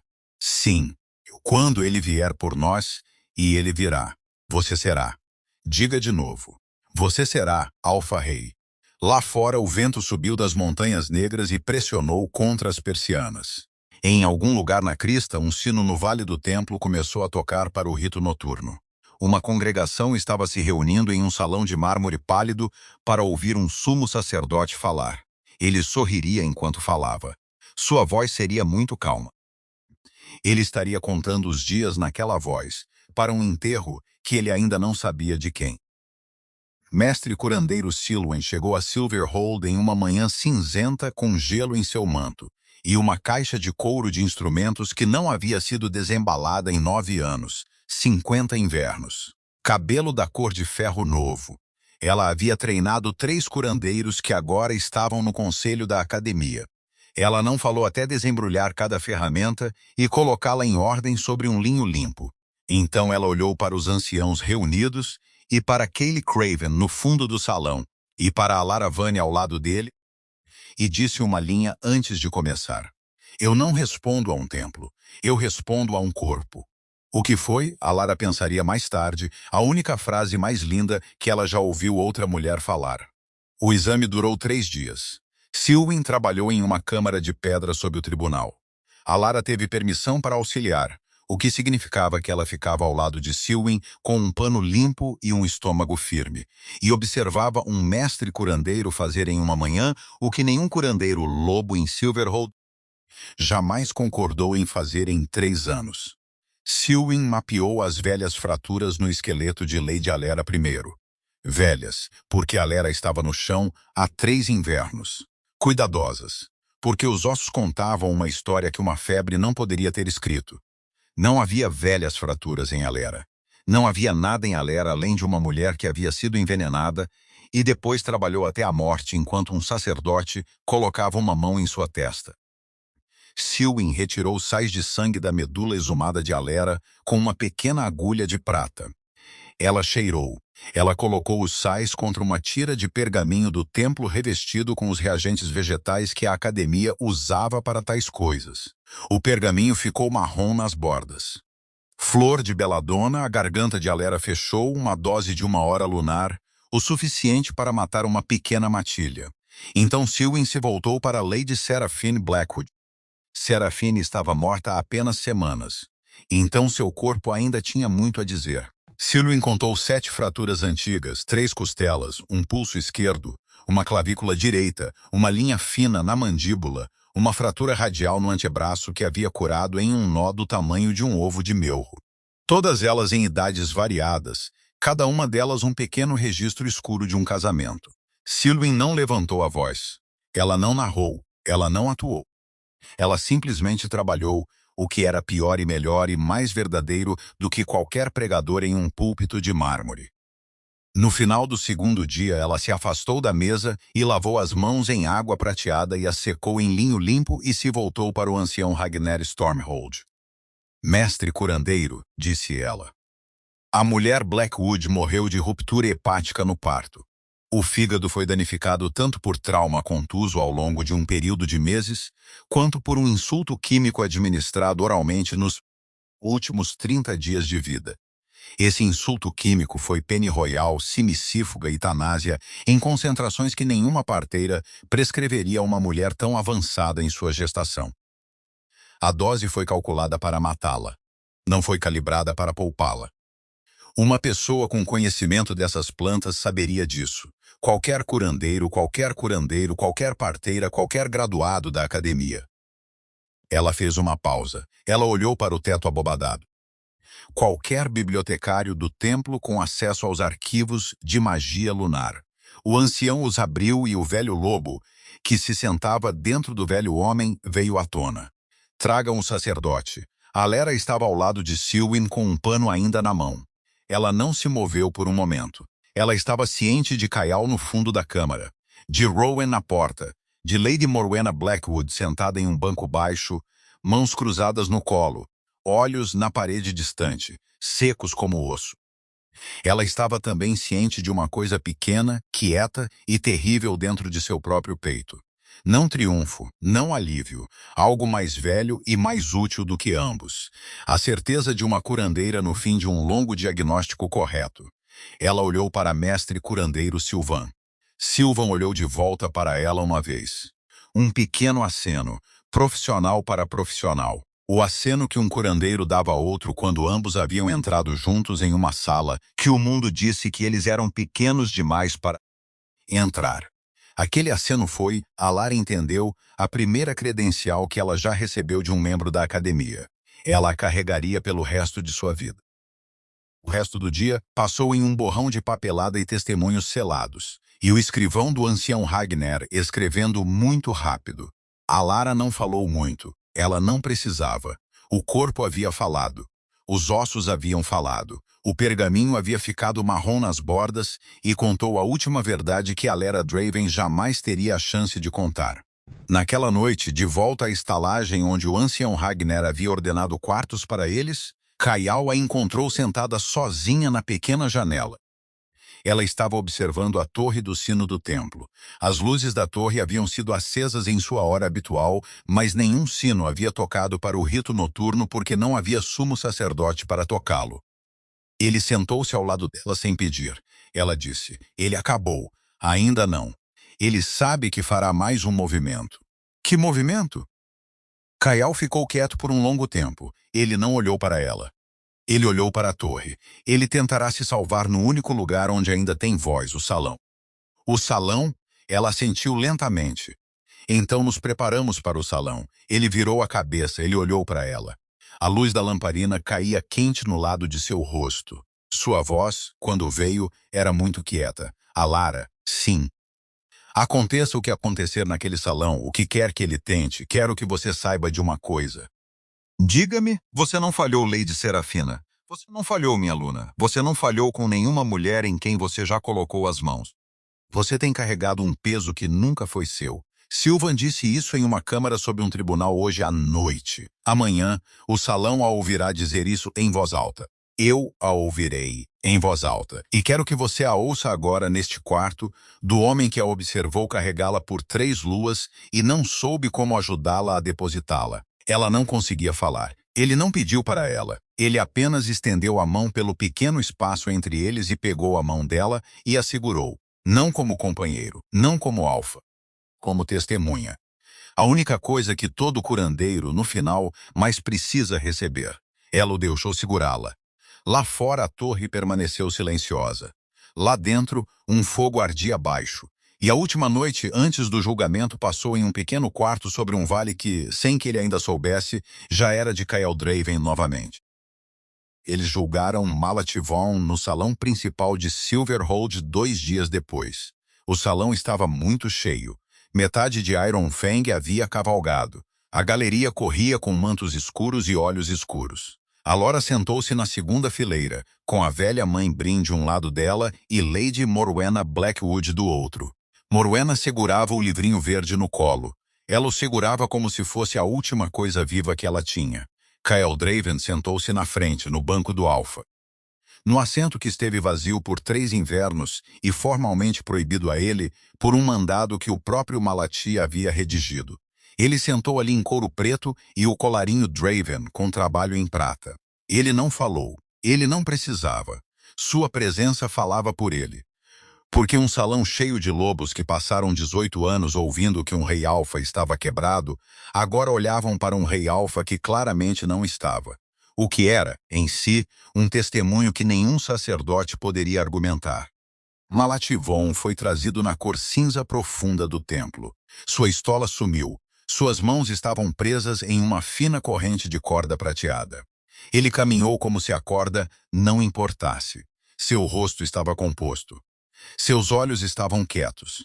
Ele era um homem que havia planejado 3 carreiras de discursos e agora pretendia dar o melhor deles. O ancião Ragnar leu as acusações. Administrar ervas abortivas a uma luna vinculada em seu 3º trimestre de gestação, resultando em sua morte. Conduta adúltera com uma luna vinculada em violação do juramento do templo. Suspeita de administração de Belladonna a Lunelara Draven no inverno de sua morte. Suspeita de magia lunar proibida na fabricação e colocação de uma criatura escura arruinada dentro do crânio do Alfa-Rei de Iron Fang. Cada acusação pousou no salão como uma pedra em um poço.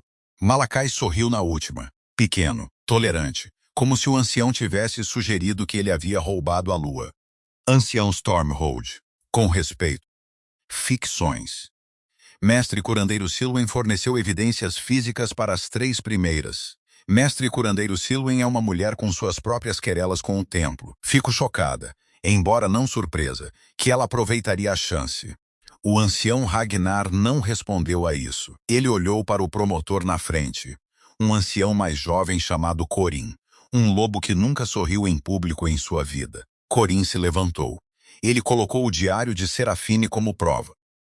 Ele leu 3 passagens em voz alta em sua voz plana e terrível, nas quais uma jovem Luna havia escrito o nome de um sumo sacerdote e as doses de 3 ervas nas palavras "Estou tão assustada". Malakai não se moveu. Corin colocou os desenhos das runas do besouro como prova. Ele colocou o relatório de mestre curandeiro Silwen como prova. Ele chamou Lady Morwenna Blackwood, que não chorou e não exagerou, e que disse ao salão que sua nora havia vindo até ela com contusões e com um pulso quebrado e com um nome. Ela se levantou. Ela caminhou até o banco das testemunhas. Ela não olhou para Kaylee. Porque se ela olhasse para Kaylee, ela seria forte pela razão errada e ela queria ser forte pela única razão que importava. Verdade no quarto. Não afeto em suas costas. Corin fez a ela uma pergunta e apenas uma. Senhora Vane, em sua opinião profissional, com base em seu exame e no de mestre curandeiro Sylvan, você poderia ter salvado Lady Serafine Blackwood na noite em que ela morreu? Não. Por quê? Porque quando ela chegou à minha mesa, ela já estava morrendo de um veneno que lhe fora dado 3 semanas antes por um homem em quem ela confiava e de um fígado rompido que havia sido amolecido sob um punho ao qual ela estava vinculada por 2 invernos. Eu fiz o que qualquer curandeiro teria feito, e era tarde demais quando ela se tornou minha. Tenho carregado a culpa desse tarde demais por semanas. Gostaria de devolvê-la agora, aos homens a quem pertence. Ela se virou. Ela olhou para Lord Thorn Blackwood, que estava na segunda fileira, em correntes de lobo. Ela olhou para Malak Thorne. Você colocou as mãos nela, Lord Thorne. Você colocou seu veneno nela, sumo sacerdote. Eu não matei Lady Serafine. Vocês dois a mataram.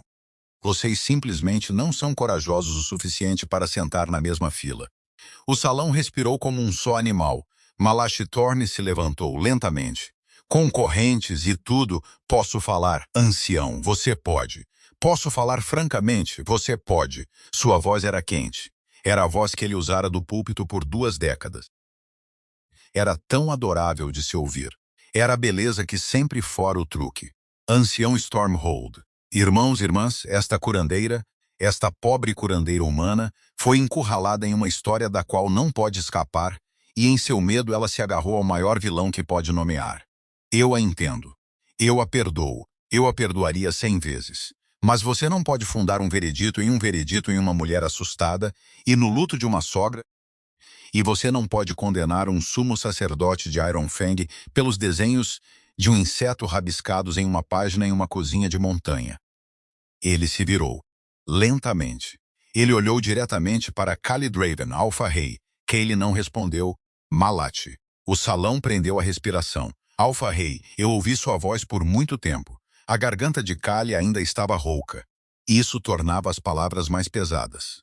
Eu a ouvi dentro do meu próprio crânio quando não conseguia ouvir mais nada, porque você foi a última voz que ouvi claramente na 3ª manhã da mina, quando você colocou a mão em minha cabeça e me disse que eu era amaldiçoado. Essa voz viveu dentro de mim desde os meus 19 anos. Eu a conheço muito bem.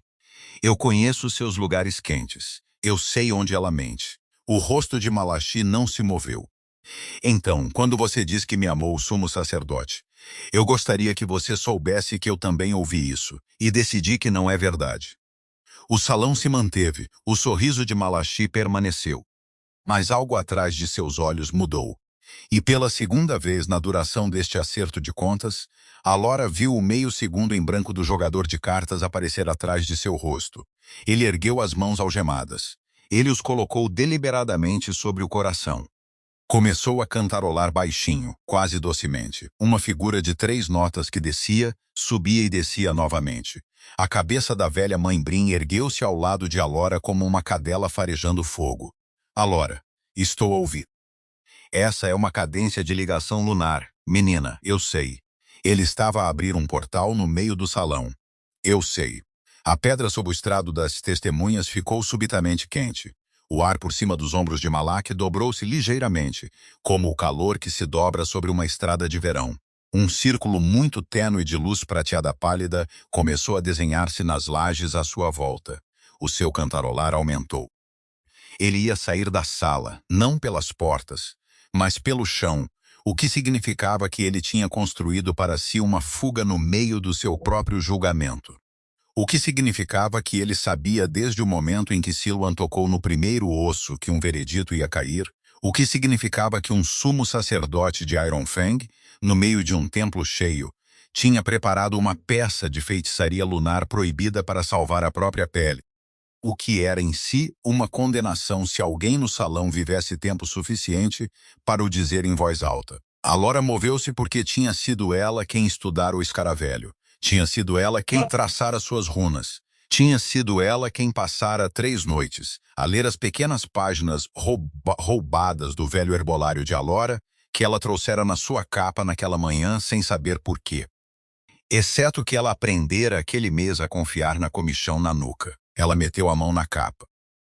Tirou uma pequena bolsa de sal de prata grossa e um frasco tapado de óleo de lírio pálido. Sal de prata quebrava uma ligação lunar. Óleo de artemísia desfazia uma runa. Cada curandeiro da academia sabia disso. Nenhum sumo sacerdote esperava que uma parteira humana o soubesse. Ela tirou o sal num arco largo sobre os pés de Malati. Seguiu-o com o óleo. O círculo pálido nas lajes vacilou. O cantarolar prendeu-se-lhe na garganta como um anzol. O círculo não se fechou. Os olhos de Malativorne arregalaram-se, não de medo, mas de cálculo, porque o círculo não se tinha quebrado completamente, apenas tinha hesitado.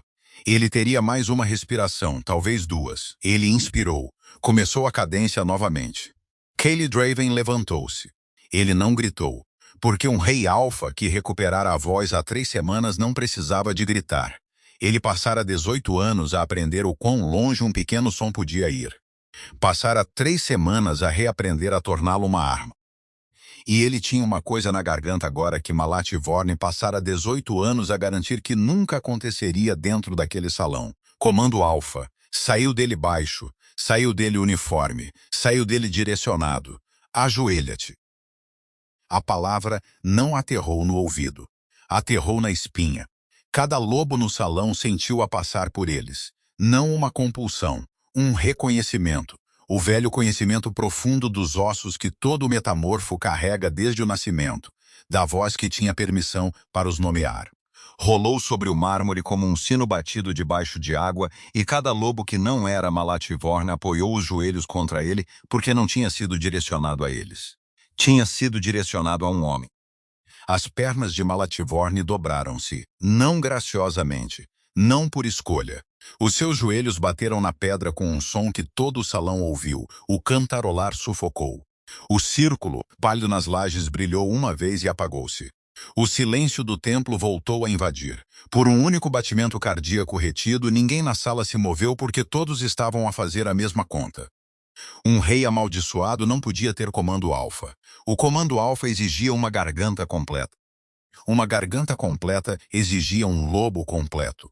Um lobo completo exigia uma alma que o templo passara 18 anos a dizer aos bandos que estava irremediavelmente quebrada. O templo mentira. Cada lobo no salão fez essa conta no espaço de uma respiração. E cada lobo no salão chegou à mesma resposta no mesmo momento. A Lora sentiu-o assentar pela sala como a mudança do tempo. Ela já vira multidões virar-se antes. Nunca vira uma multidão virar-se com um único sílaba. Kaylee não se sentiu. Horan. Alfa, leva-o. Horan Ashfel já se movia. Cruzou o salão em 5 passadas. Mais 2 lobos Ashfel moveram-se com ele. Levantarão Malat Vorn pelos braços. A sua boca ainda estava aberta. Nenhum som saiu. Não do comando. Da constatação de que um salão de lobos o estava a ver falhar em escapar à sua própria armadilha. E um sumo sacerdote com a garganta amarrada dentro de um templo cheio só tinha uma moeda de troca sobrando e era o silêncio. E ele não tinha o suficiente para comprar o resto da sua carreira. O ancião Ragnar Stormhold levantou-se. Ele não elevou a voz.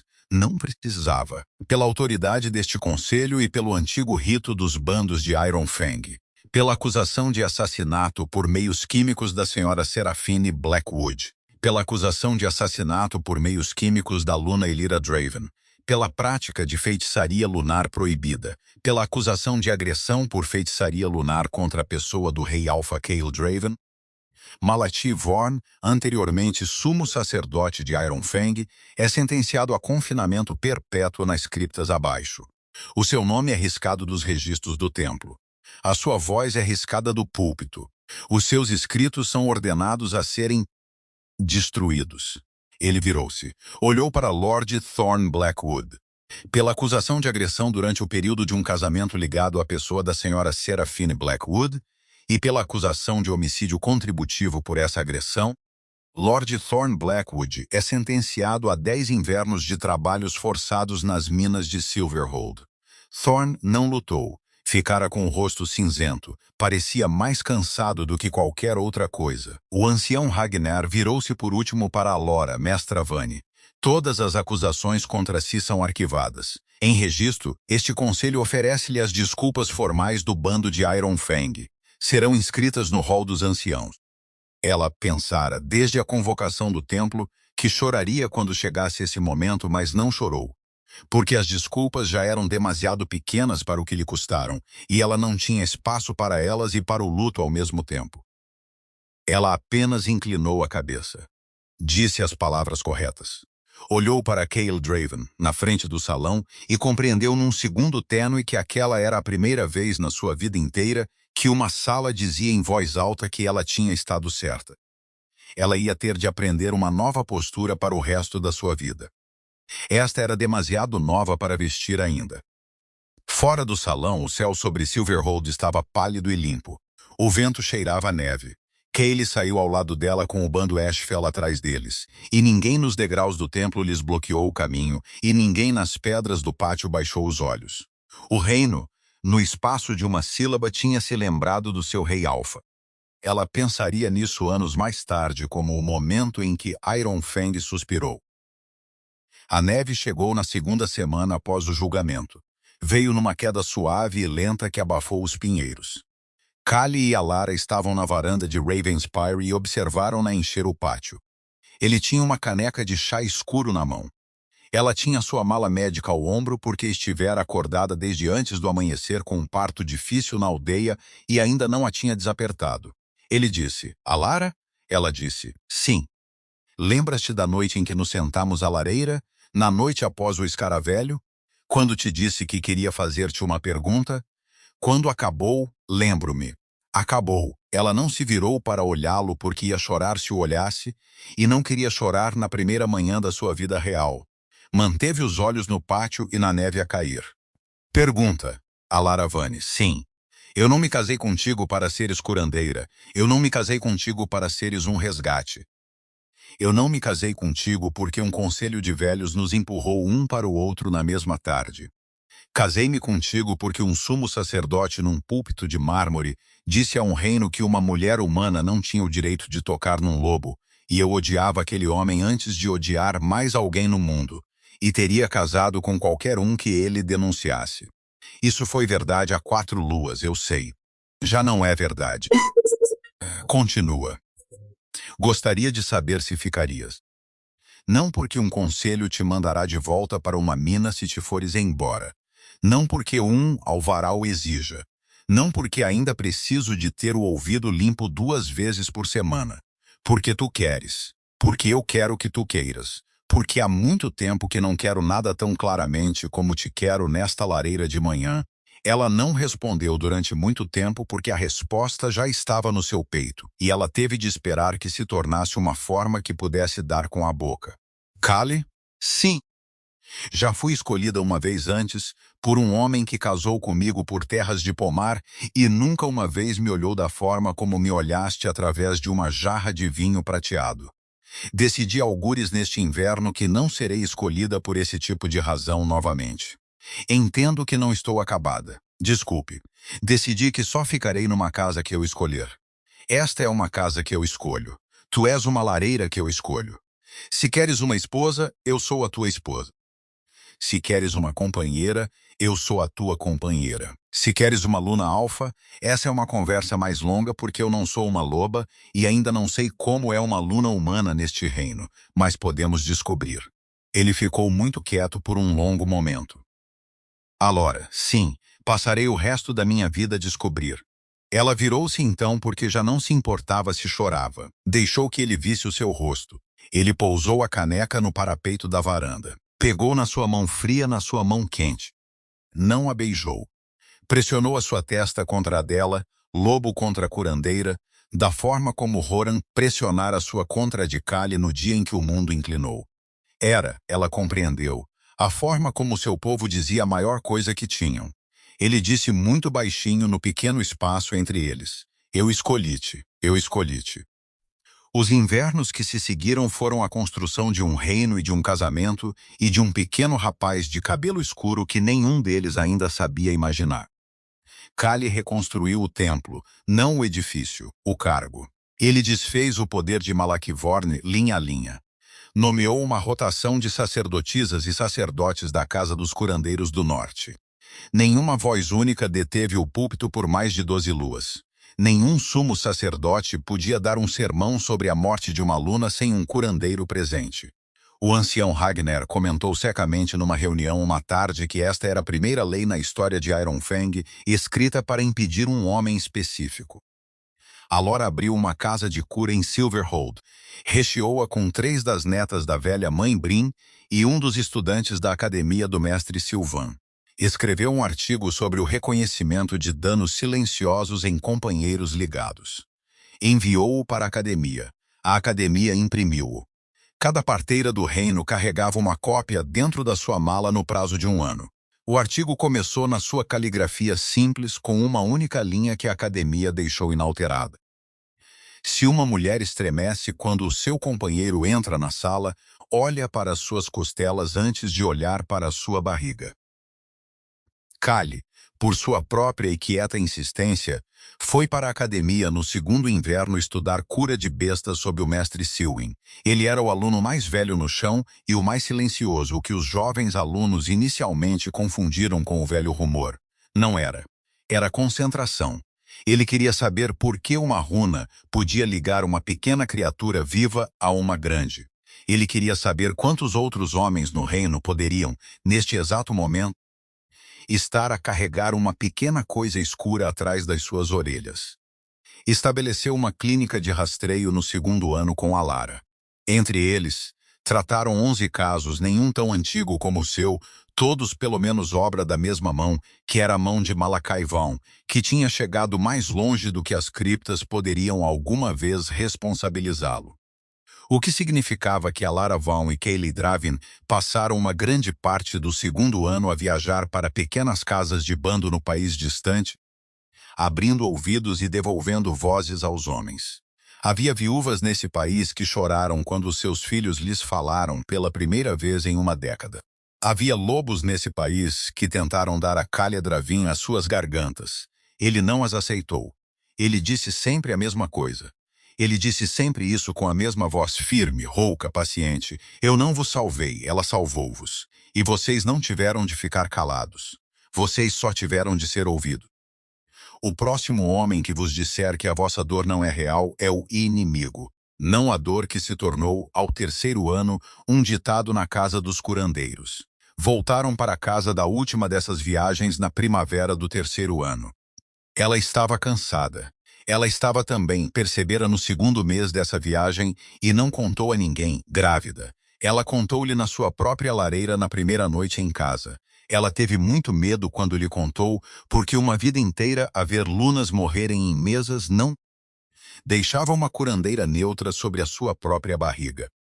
Ela fizera todos os cálculos, planejara todas as alternativas, escrevera um plano de parto e selara-o na mesma laje sob a qual uma vez escondera os desenhos das costas de um escaravelho. E ainda assim estava com medo. O que também lhe contou. Callie pousou a mão na dela. Elara, tu abriste 2 sepulturas e 11 crânios, e a carreira de um sumo sacerdote em 3 invernos. Se alguma mulher em Iron Fang vai sobreviver ao seu próprio parto, serás tu. Pediremos Selwyn, pediremos Brin, pediremos as melhores parteiras do reino. Horan estará ao portão. Metade do bando Ashfell estará na cordilheira. Se o teu corpo falhar, eu não te culparei. Apenas traz-me a criança se puderes. Se não puderes trazer-me a criança, traz-me a ti. Ela chorou com isso. Ela tinha estado a segurá-lo por 100 milhas. O parto veio na última semana de inverno. A velha mãe Brin atendeu. O mestre curandeiro Selwyn atendeu. Callie sentou-se fora da porta com as costas contra a madeira, como um bom companheiro fazia neste reino. Horan Ashfell sentou-se com ele durante 11 horas. Nenhum homem falou. Ela pariu durante 20 horas. Ela quase se rendeu ao medo na 16ª. Não se rendeu, porque uma mulher teimosa numa mesa que uma vez enfrentara um sumo sacerdote ainda conseguia ouvir a sua própria voz na 16ª hora de um parto. E ela lembrou-se a si mesma nessa voz que tinha demasiado trabalho para fazer para morrer hoje. O filhote, quando veio, foi um rapazinho de cabelo escuro com a boca firme do pai e os olhos cuidadosos da mãe. Ele rugiu no seu primeiro fôlego, alto o suficiente para que os lobos Ashfell na cordilheira o ouvissem e uivassem uma vez. O velho som agudo que dizia a um reino que uma linhagem se tinha mantido. Deram-lhe o nome de Thorin. Thorin Draven. Não Draven Vane, Callie ofereceu. Ela recusou. Neste reino, um filhote levava o nome Alfa. Neste reino, isso era um escudo. Ela passara tempo suficiente da sua vida a ser esperta com escudos para saber quando aceitar um. Quando Selwyn finalmente a deixou e a sala ficou vazia de todos, exceto de Callie, ele sentou-se na beira da cama, olhou para o seu filho, olhou para sua esposa. A sua voz, quando veio, foi muito baixa. Elara, sim, tu devolveste-me a minha voz há 3 invernos. Tu devolveste-me o meu reino no inverno seguinte. Tu deste-me o meu filho esta manhã, Ela estava demasiado cansada para chorar a sério. Conseguiu um pequeno som em vez disso, uma risada, um suspiro, algo com um sorriso. De nada, Rei Alfa.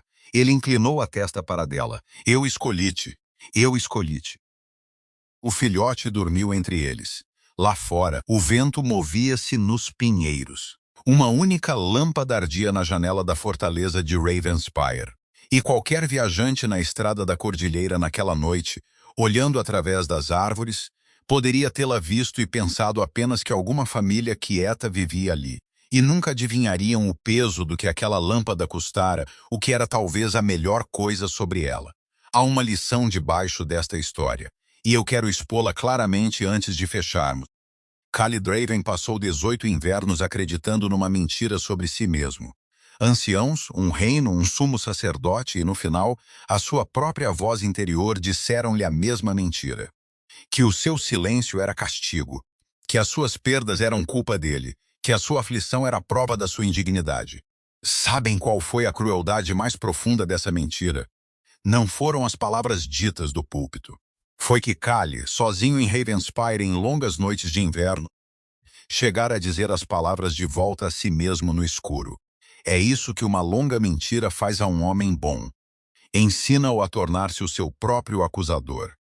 Quero que pensem nos homens nas vossas vidas. Nos homens bons, nos quietos. Aqueles que ficaram muito quietos em relação a um certo assunto. O amigo que não fala do seu primeiro casamento. O irmão que não fala do ano em que o filho deixou de lhe ligar. O pai que nunca explica por que deixou aquele emprego. O vizinho que acena quando lhe pergunta se ele está bem.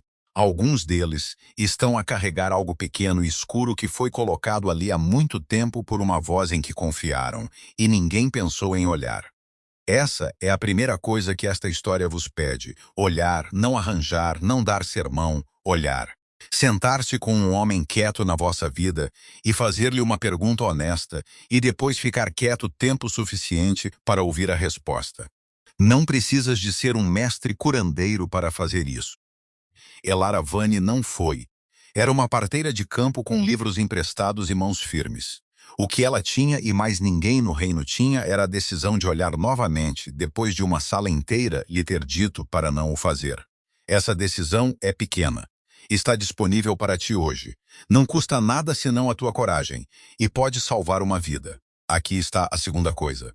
A justiça chega tarde. Chegou 18 invernos tarde para Khalid Draven. Chegou semanas tarde demais para a senhora Serafine. Chegou 3 invernos tarde demais para a Luna Alira. Chegará tarde para ti também, da forma como chega tarde para todos nós. Essa não é uma razão para não a procurares. Essa é a razão. A justiça tardia ainda é justiça. Uma voz restaurada aos 37 anos ainda é uma voz.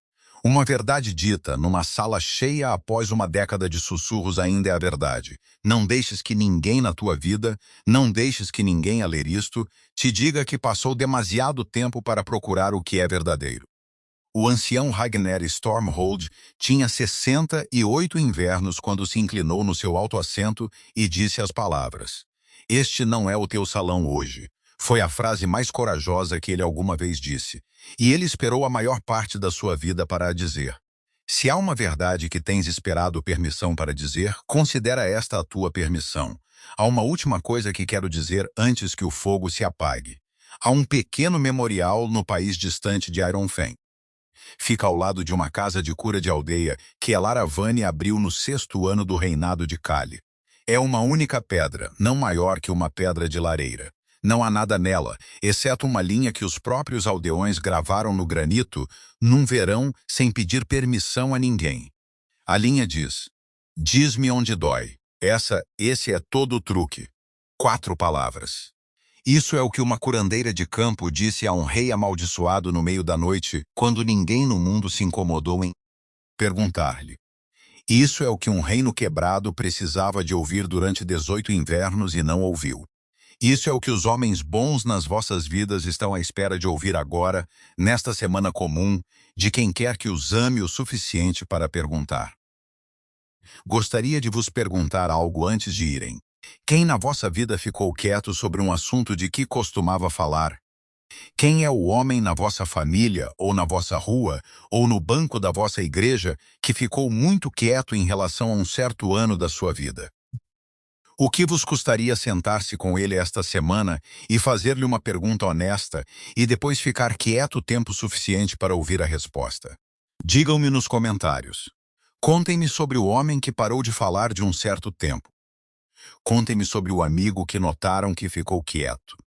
Contem-me sobre o momento em que foste tu quem finalmente olhou e o que encontraste quando o fizeste.